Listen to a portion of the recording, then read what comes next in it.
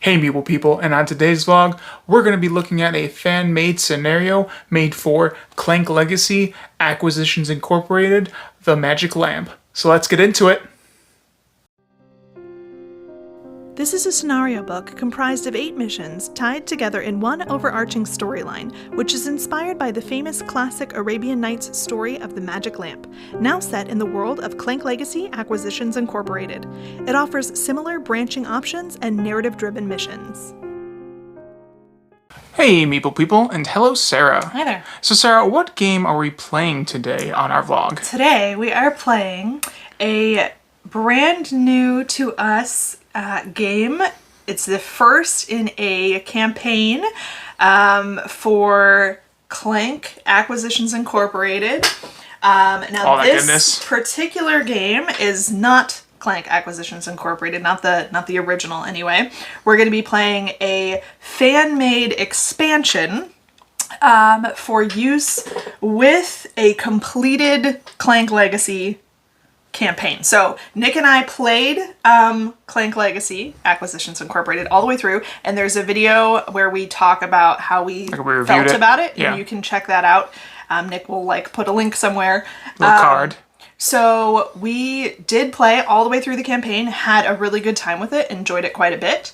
And today we are going to start a new campaign in the same universe, but this one is going to be sort of like a fan-made expansion or a fan-made campaign for use with a completed Clank Legacy. Yeah. So spoiler alert major spoiler alert before I start showing the board. Yep, because everything that you're going to see here today is from a completed Clank Legacy campaign. So if you're not finished with yours, or if you have any interest in doing one in the future, you may see quite a bit here that you wouldn't have seen before. So major spoiler alerts. Plus we want to do some thank yous.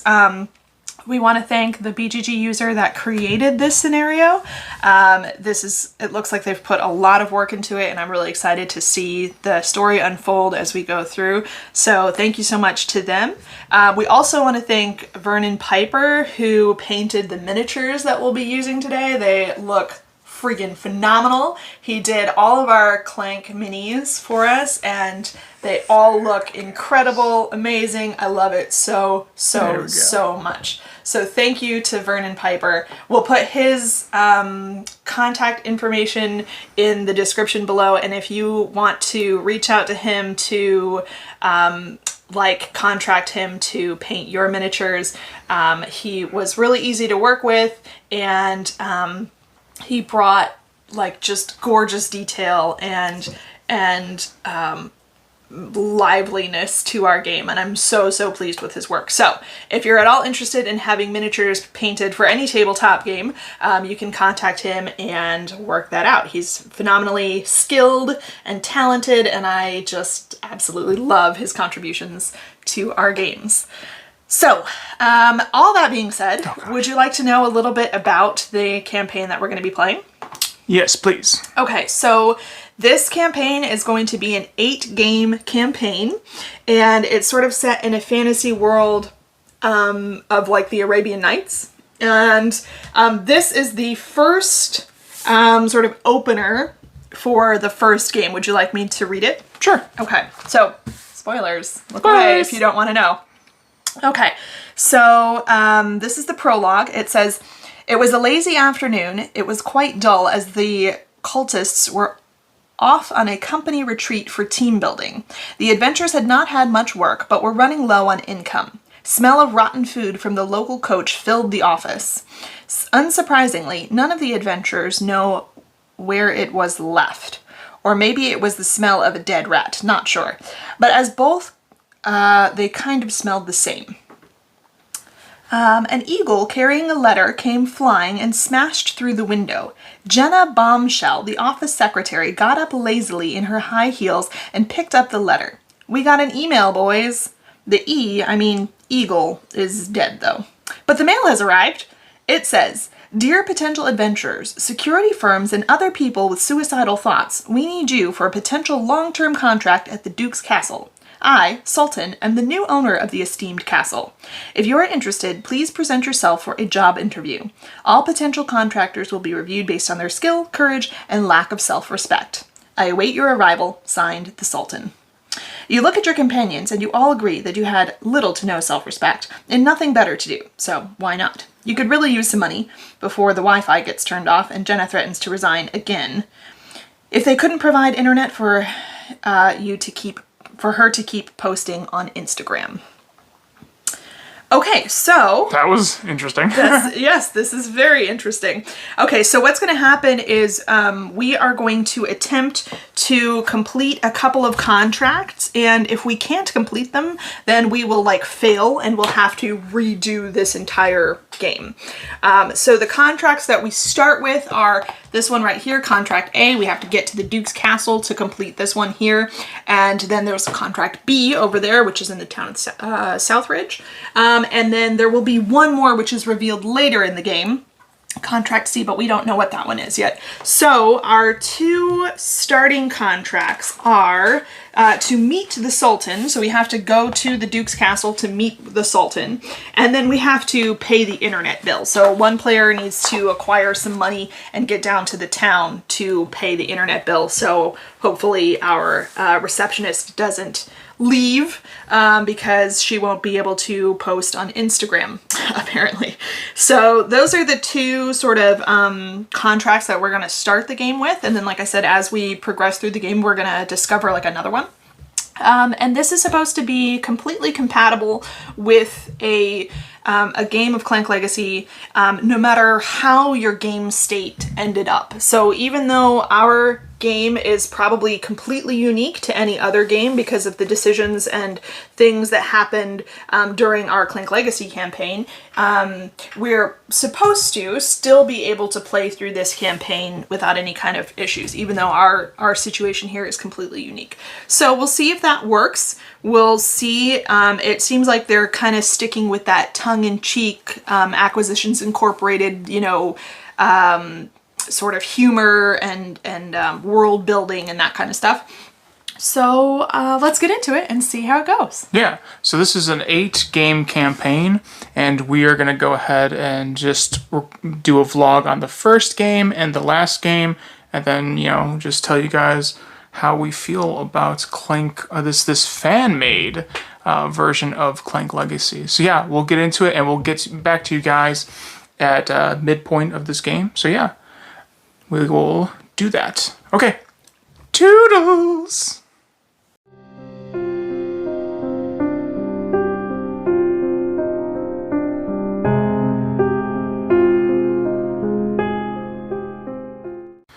Welcome back, Meeple people, and hello, Sarah. Hi. So, how's it going so far in this fan-made version of Clank Legacy? So it's going.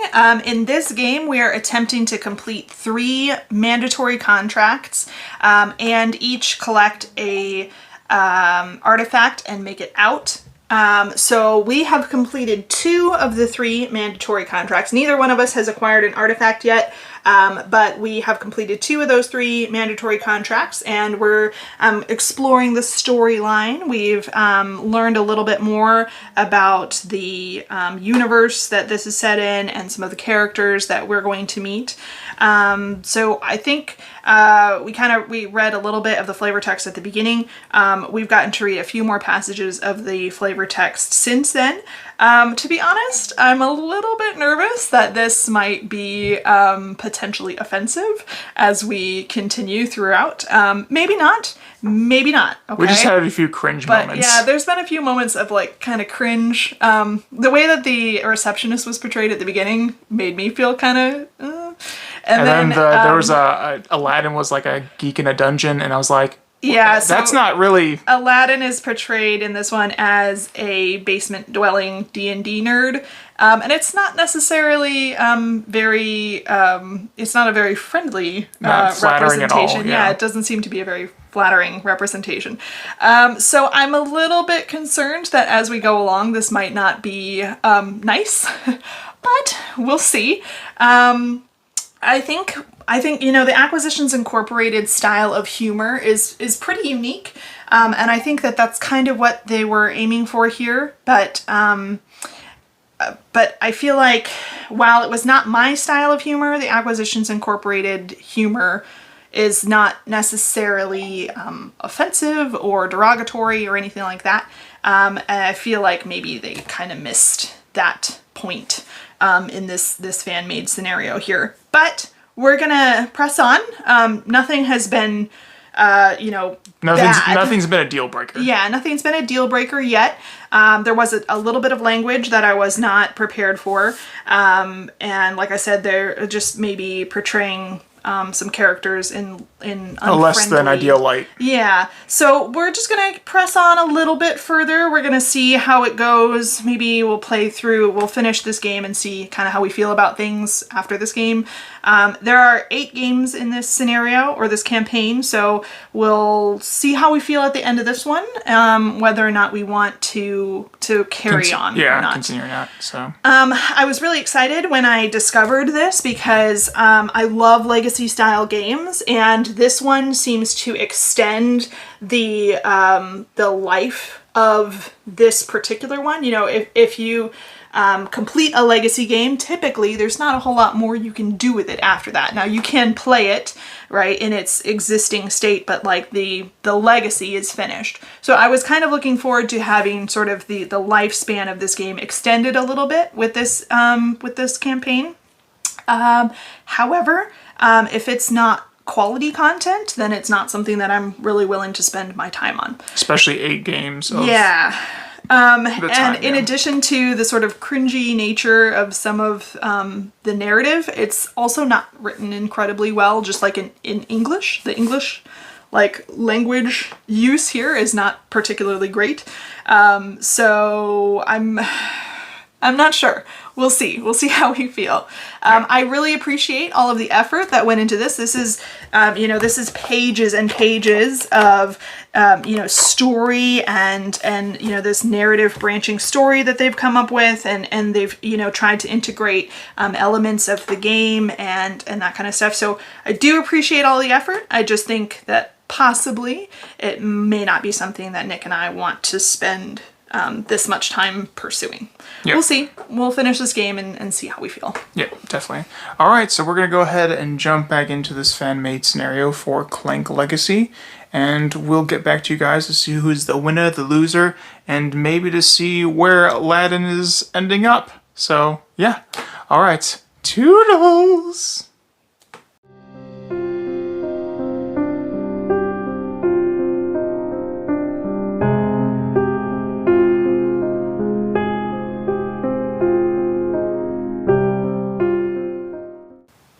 Welcome back, Meeple people, and hello, Sarah. Hey there. So, how did the game end? So, in true Clank fashion, Nick and I were racing for the exit, and both died on, the step. We were on, right there. Yeah. Right there. And you died first, and then I was like, cool, I'm gonna make it, and then I'm gonna get the mastery token, and it's gonna be awesome, and then I got murdered. The dragon was like, no. I died on the, so Nick took his turn, and he bought some cards from the dungeon row, and when we refilled I bought one card. One card. That was crazy. From the dungeon row. Yeah, out of one card. And when we refilled it, we needed a dragon attack, and I died before my next turn. Then, because I was dead on my turn, we performed a 6-cube dragon attack, and Nick died. So yeah, and we, like you said, we were right there. I had plenty of stuff to get me out. I was going to make it on my turn. I was going to be able to escape, but no, it was not to be. As it stands, because we both made it above the line, we got to counter scores anyway, and Nick won handily. So that was awesome. What did you think of the Magic Lamp campaign, Nick? I didn't appreciate the cringe moments. I love Clank. It was really nice to play. And it was also nice to, as Sarah's mentioned while we were playing, nice to squeeze out more from the Legacy campaign. But at some point it was kind of like at what cost, and that sounds kind of like, you know, a little too dramatic, but also it's like I didn't really appreciate the content that I was like reading.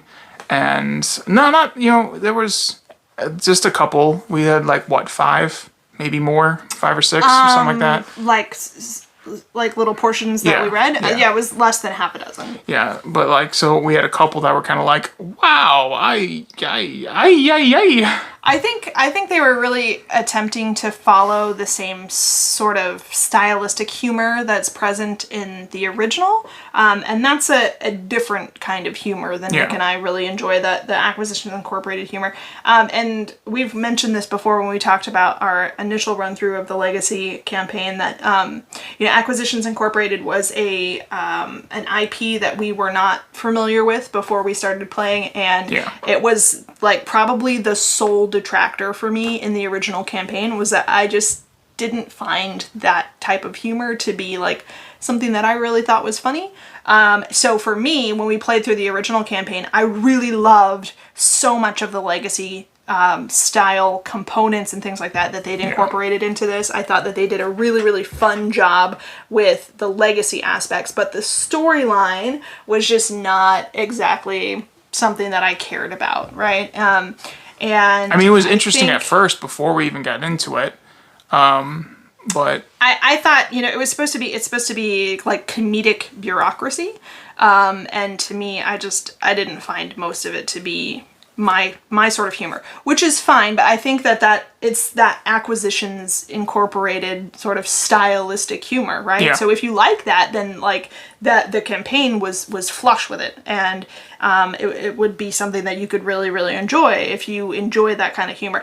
I don't, so for me it was kind of heavy-handed and kind of dry and boring sometimes, and I feel like in the Magic Lamp version of this, I feel like they kind of tried to follow that sort of style of humor with some of their you know, storylines and plot points and things like that.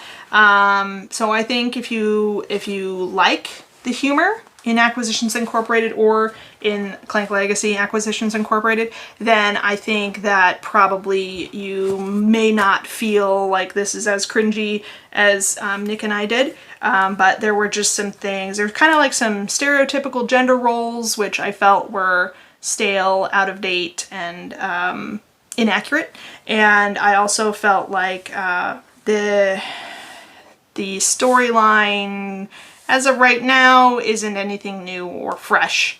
Or isn't even like an interesting take on, you know, the Aladdin. Right now. We've only played through one game. So, in addition to that, the writing is kind of bad. So trying to read through some of this, you know, it's just not that well written in my opinion. So, trying to read through it, it can be, it can kind of break the immersion if it's not a smooth passage to read.